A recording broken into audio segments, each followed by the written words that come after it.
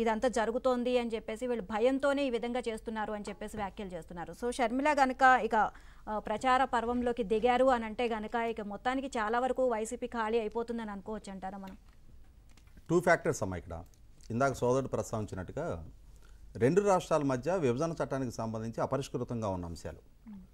రేపు రాబోయే జూన్ 2వ తారీఖు 10 సంవత్సరాల విభజన చట్ట కాలపరిమితి పూర్తయిపోతుంది. ఈలోగా ఈ విభజన చట్టానికి సంబంధించిన పెండింగ్ ఉన్న అంశాలన్నీ పరిష్కారం చేసుకొని తీరాలి. ఉమ్మడి రాష్ట్ర ప్రతిపాదన క్లోజ్ అయిపోతుంది. ఇప్పటికీ అపరిష్కృతంగా ఉన్న షెడ్యూల్ 9-10 సంవత్సరాలకు సంబంధించిన ఆస్తుల విభజన కూడా పూర్తి చేసుకోవాలి. వీటికి తోడుగా రాష్ట్ర విభజన జరిగిన తర్వాత తెలంగాణ ప్రాంతానికి సరఫరా చేసిన విద్యుత్తు తాలూకా బకాయిలు 6,500 కోట్ల రూపాయలు కేంద్ర ప్రభుత్వం ఆదేశించినా కూడా కేసీఆర్ గారి ప్రభుత్వం తొక్కిపెట్టింది. ఇంతగా కేసీఆర్ గారి కోసం అంగలార్చుకుపోతున్న కేసీఆర్ గారి మ్యాగ్నానిమిటీ ఇది అని చెప్పిన అసెంబ్లీలో కేసీఆర్ గారిని పొగిడిన, కేసీఆర్ గారికి చిన్నపాటి ఇన్కన్వీనియన్స్ ఎదురైతేనే పరిగెత్తుకుంటూ వచ్చి పరామర్శ చేసిన జగన్మోహన్ రెడ్డి గారు మరి పాలకుడిగా ఉన్న కేసీఆర్ గారి దగ్గర నుంచి ఇవాళ ఆయన అంటే ప్రతిపక్షానికి పరిమితం అయ్యారు. 9.5 సంవత్సరాల పైగా పాలకుడిగా ఉన్నారు కదా. ఆ పాలకుడిగా ఉన్న రోజు 4.5 సంవత్సరాలు మీరు పాలకుడిగా ఉన్నారు కదా.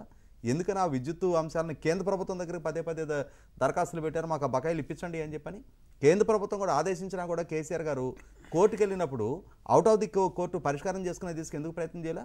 మీ ఇద్దరి మధ్య ఆ సఖ్యత ఉందిగా, అలాయ్ బలాయ్ చేసుకుంటూనే ఉన్నారుగా, ఒకరింటికి ఒకరు వెళ్ళి భోజనాలు చేసుకుంటున్నారు కదా, ఆలింగనాలు చేసుకుంటున్నారు కదా. మరి అటువంటప్పుడు రాష్ట్ర ప్రయోజనాల కోసం ఆ సఖ్యతను ఎందుకు ఉపయోగపెట్టలా? రాష్ట్ర ప్రయోజనాలు ఎక్కడ పరిగణలోకి రాలా. కేవలం ఏంటంటే శత్రు మిత్రుడు అని చెప్పని అటు కేసీఆర్ గారికి ఇటు జగన్మోహన్ రెడ్డి గారికి ఇద్దరికి కూడా చంద్రబాబు నాయుడు గారిని ఉమ్మడి శత్రువుగా భావించారు కాబట్టి వారిని రాజకీయంగా ఆయన అధికారాన్ని దూరం చేయడం కోసం కలుపుకున్న సఖ్యత తప్ప ఇక్కడ కేసీఆర్ గారు ఆయన రాష్ట్ర ప్రయోజనాలకు ఆయన కట్టుబడి ఉన్నారు. కానీ జగన్మోహన్ రెడ్డి గారు తన రాష్ట్ర ప్రయోజనాలను తిరోధకాలు ఇచ్చారు. సమర్థుడైన పాలకుడుగా రాష్ట్రం అంశాల పట్ల స్పందించాల్సిన స్థాయిలో స్పందించక ఈరోజు మళ్ళీ తిరిగి ఇప్పుడు కొత్తగా ముఖ్యమంత్రిగా బాధ్యతలు చేపట్టిన రేవంత్ రెడ్డి గారితో అసలు సఖ్యత లేని వాతావరణం సృష్టించుకుంటున్నారు. ఇరువురు ముఖ్యమంత్రులు కలిసి కూర్చొని పరిష్కారం చేసుకోవాలి. మొత్తం కలుపుకుంటే ఇంకొక 4-5 నెలల్లో విభజన చట్ట కాలపరిమితి పూర్తయిపోతుంది. 10 సంవత్సరాల వరకే చేసిన చట్టం అది. దానికి ఏం చేయాలి? లేదు మాకు ఇంకా ఇష్యూస్ అపరిష్కృతంగా ఉన్నాయి కాబట్టి దాన్ని ఇంకొక 1-2 ఏళ్ళు ఎక్స్టెండ్ చేయమని కేంద్ర ప్రభుత్వాన్ని రాజ్యాంగ సవరణ చేయాలి. పార్లమెంట్ ద్వారా దాన్ని ఎక్స్టెండ్ చేయాల్సి ఉంది. ఎందుకంటే అది కాన్స్టిట్యూషన్ ఆబ్లిగేషను. ఆర్టికల్ 3 ద్వారా జరిగిన విభజన చట్టం మళ్ళీ తిరిగి దాంట్లో మార్పు చేర్పులు చేయాలి అంటే పార్లమెంట్ వేదికగానే చేయాలి. అయితే ఆ పనైనా చేయాలి. లేదు అంటే ఈలోగా ఉన్న సమస్యలు పరిష్కారం చేసుకోవాలి.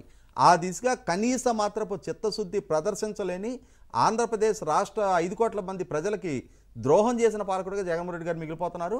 ఆ పాలకుడి పార్టీలో ఉండి మొన్నటి వరకు మంత్రివర్గ సహచరుడు అయి ఉండి ఇప్పటికి అక్కడ ఉన్న 151 మంది శాసనసభ్యుల్లో సీనియర్ శాసనసభ్యుడు 4వ సారి గుడివాడ నుంచి ప్రాతినిధ్యం వహిస్తున్న శాసనసభ్యుడు అయి ఉండి రాష్ట్ర సమస్యల గురించి ఎప్పుడు మాట్లాడడం లేదు, విభజన చట్ట హామీల గురించి ఎప్పుడు మాట్లాడడం, మంత్రిగా ఉన్న రోజు తన శాఖకి సంబంధించిన ఏ అంశం పట్ల ఒక్కసారి కూడా ప్రెస్ మీట్ పెట్టిన దాఖలా లేదు.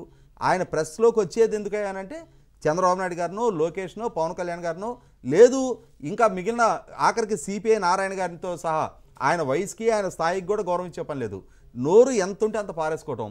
ఈ నోరు పారేసుకుంటే ఇదే మమ్మల్ని మళ్ళీ గెలిపిస్తుంది, మాకున్న క్రెడిబిలిటీ ఇదే, ప్రజలు ఈ ఐడెంటిటీతోటే మాకు అంటే మాకు ఒక గ్లామరు క్రియేట్ అయింది ప్రజల్లో, వీటిని చూసే ప్రజలు మమ్మల్ని గెలిపించారు, రేపు కూడా వీటి ప్రాతిపదికగానే గెలిపిస్తారని చెప్పిన భావనలో వాళ్ళు ఉన్నారు.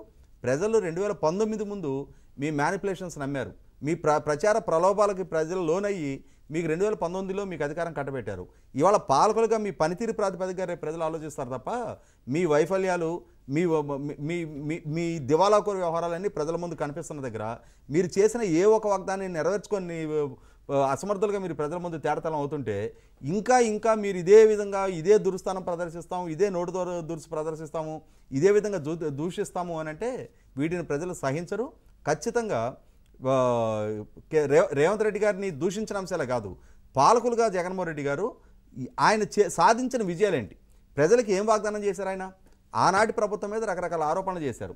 నారాసుర రక్త చరిత్ర అన్నారు, 6 లక్షల కోట్ల అవినీతి జరిగింది అన్నారు, పోలవరం సవరించిన అంచనాలు అవినీతి జరిగింది అన్నారు, శతావర్త భూములు తెలుగుదేశం పార్టీ కొట్టేసింది అన్నారు, అగ్రిగోల్డ్ భూములు తెలుగుదేశం పార్టీ కొట్టేసింది అన్నారు, 37 సీఎల్ని డిఎస్పీలుగా ప్రమోట్ చేస్తే అందులో 33 కమ సామాజిక వర్గం వాళ్ళే అన్నారు, పట్టిసీమ కాదు అది వట్టిసీమ అన్నారు, అమరావతి కాదు అది భ్రమరావతి అన్నారు, కాదు కమరావతి అన్నారు.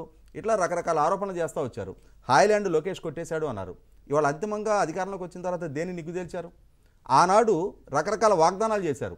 యువతకి ప్రత్యేక హోదా సాధిస్తా, 13 జిల్లాలను 13 హైదరాబాదులుగా అభివృద్ధి చేస్తా, జాబ్ క్యాలెండర్ రిలీజ్ చేస్తా, 2,30,30,000 ప్రభుత్వ ఉద్యోగాలు భర్తీ చేస్తా, మెగా డిఎస్సి కండక్ట్ చేస్తా అన్నారు. ఏ అంశాన్ని నెరవేర్చారు మీరు పాలకులుగా అధికార బాధ్యతలు చేపట్టిన తర్వాత? ఈ రోజుకి ఆయన ముఖ్యమంత్రిగా బాధ్యతలు చేపట్టి 4 సంవత్సరాల 7 నెలల 10 రోజుల పదవీకాలం పూర్తి అయిపోయింది. ఇంకొక నెల 2 నెలల్లో ఎలక్షన్ కోడ్ రాబోతుంది. ఇక అక్కడి నుంచి ఆపధర్మ ప్రభుత్వం. మీరు చేయగలిగే ఏమాత్రం అయినా సరే మీకు ఆ వెసులుబాటు ఉంటే అంతా కలుపుకొని ఒక 50 రోజులు 60 రోజులు కాలపరిమితి ఉంది. ఇప్పటి వరకు నెరవేర్చని మీరు ఈ 60 రోజుల్లో మొత్తం మీరు చేసిన వాగ్దానాలను నెరవేరుస్తారా? మద్యపాన నిషేధం చేయకపోతే ఓటు అడగను అన్నారు. మద్యపాన నిషేధం తీసుకు అడుగులేని బండియా? ఇవాళ మద్యం పేరుతోటి జరుగుతున్న లూటీ చూస్తే రాష్ట్ర ప్రజలు విస్తుపోతూ ఉన్నారు.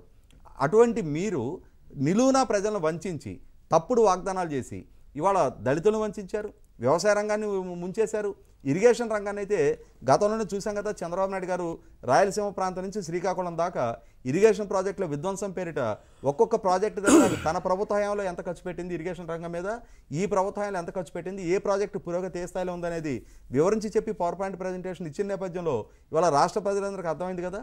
ఈయనకి 52 స్థానాలను రాయలసీమలో 49 కట్టబెడితే ఆ రాయలసీమ ప్రాంతానికి తిప్పి ఈయన పెట్టిన ఖర్చు ఎంత అంటే ఇరిగేషన్ రంగం మీద 2,000 కోట్లు. అది ముఖ్యంగా ఆయన సొంత జిల్లాలో ఆయన సొంత నియోజకవర్గానికి నీళ్లు అందించే గండికోట రిజర్వాయర్లో నీళ్లు ఉన్నాయి. కానీ అక్కడ డిస్ట్రిబ్యూటరీ నెట్వర్క్ ఏర్పాటు చేయని పర్యవసానం ఆయన సొంత నియోజకవర్గ రైతాంగానికి కూడా ఇరిగేషన్ ప్రాజెక్టుల నుంచి నీళ్లు అందని పరిస్థితి. అంటే పిల్లకాలాల వ్యవస్థ ఏర్పాటు చేయాల.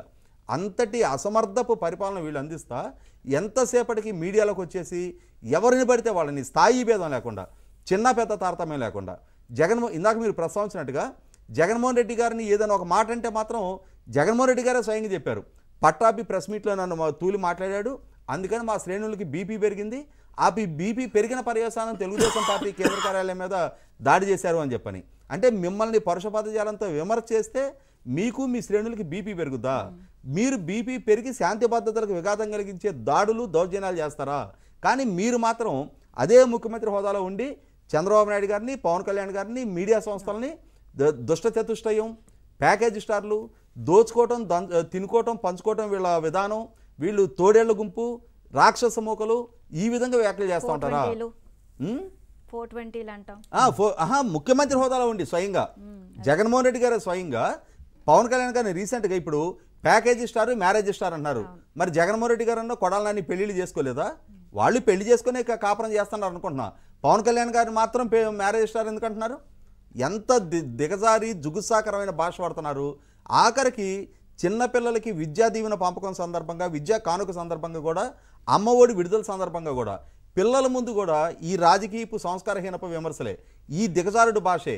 ఆఖరికి చిన్నపిల్లల ముందు నా వెంట్రుక బేకలేరు అని చెప్పని పిల్లల ముందు సైగ చేసి చూపించడం, అంటే ముఖ్యమంత్రి హోదాకి పూర్తి స్థాయిలో అప్రతిష్ట తెస్తున్న వ్యక్తులుగా, పాలకులుగా వీళ్ళు వాళ్ళు చలామణి అవుతా వీళ్ళు రేవంత్ రెడ్డి గారిని, సోనియా గాంధీ గారిని, లేదు చంద్రబాబు నాయుడు గారిని, పవన్ కళ్యాణ్ గారిని ఇట్లా నిత్యం మేము దూషించడం, వాళ్ళ అసమర్థతలు, వాళ్ళ వైఫల్యాలు ప్రజల్లో చర్చనీయాంశం కాకుండా ఉండటం కోసం ఈ విధమైన దూషణలకు దిగటం ద్వారా చర్చ వీటి మీద కేంద్రీకృతం అవడం కోసం చేస్తున్న ప్రయత్నాలు ఇవన్నీ ప్రజలు గమనిస్తూనే ఉన్నారు.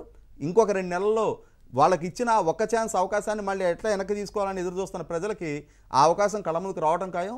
ఆ వచ్చిన రోజు ప్రజలు కూడా ఏ నిర్ణయం చేయాలనేది ఇప్పటికీ ఒక నిశ్చాపనానికి వచ్చేస్తున్నారు కాబట్టే ఇవాళ అంతర్గతంగా వాళ్ళ పార్టీలో కూడా వాళ్ళకు వస్తున్న వ్యూహకర్తల రిపోర్ట్లు కానీ, వాళ్ళ ఇంటెలిజెన్స్ రిపోర్ట్లు కానీ, వాళ్ళ సర్వే బృందాల రిపోర్ట్లు ప్రతికూల ఫలితాలు రాబోతున్న సంకేతాలు ఇస్తున్నాయి కాబట్టే ఇవాళ ఈ రకంగా వాళ్ళ ఇంటర్నల్గా పార్టీలో కూడా అభ్యర్థిత్వాల మార్పు, అభ్యర్థిత్వాలని ఉద్యోగులు మార్చినట్టుగా ఒకరి నుంచి ఒకరికి నియోజకవర్గానికి ట్రాన్స్ఫర్లు, ఇవన్నీ ఒక సంక్షోభ పరిస్థితి వాళ్ళే సృష్టించుకుంటున్నారు.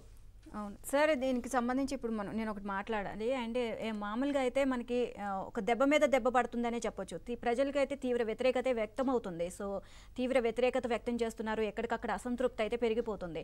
అండ్ అంతేకాకుండా ఎక్కడికక్కడ ప్రతి ఒక్కరూ కూడా, కార్మికులు కానివ్వండి, ఉద్యోగులు కానివ్వండి, ఆశా వర్కర్లు కానివ్వండి, అంగన్వాడీలు కానివ్వండి, ఎవరికి వాళ్ళు అక్కడ ఉద్యమం చేస్తున్నారు. సో ఆంధ్రప్రదేశ్ మొత్తం కూడా ఆంధ్రప్రదేశ్ అని ఎవరు అంటలేదు, ఉద్యమ ఆంధ్రప్రదేశ్గా మారిపోయిందని చెప్తున్నారు.